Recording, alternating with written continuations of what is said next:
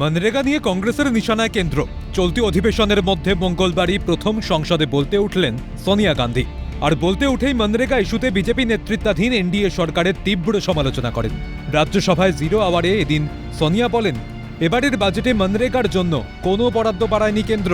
তার অভিযোগ, নিয়মিতভাবে এই প্রকল্পের বিরুদ্ধে গা ছাড়া মনোভাব দেখাচ্ছে কেন্দ্র। This landmark legislation has been a crucial safety net for millions of rural poor. However, it is deeply concerning that the present BJP government has systematically undermined.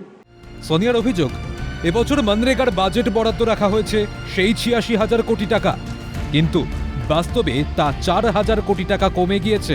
কারণ এই বরাদ্দের প্রায় ২০% খরচ হবে গত আর্থিক বছরের বকেয়া মেটাতে।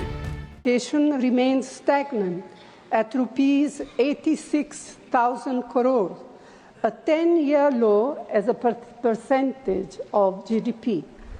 When adjusted for inflation, the effective budget has declined by rupees 4,000 crore.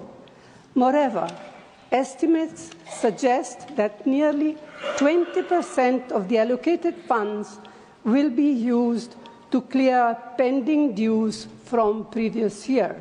আধার সংক্রান্ত সমস্যায় এই প্রকল্পের বেতন পেতে অসুবিধায় পড়ছেন মানুষরা, বলেন Sonia. The scheme faces multiple challenges, including the exclusionary Aadhaar-based payment system and the National Mobile Monitoring System, persistent delays in wage payments and wage rates not adequate to compensate for inflation. মনরেগার জন্য এদিন সংসদে 5টি দাবি করেন সোনিয়া, যার মধ্যে বছর প্রতি 100 দিনের কাজের দিন বাড়িয়ে 150 দিন করা, জনপ্রতি বেতন 400 টাকা করার দাবি সোনিয়ার। Adequate financial provisions to sustain and expand the scheme. 2. An increase in the minimum wage of rupees 400 per day. 3. Timely disbursement of wages. 4.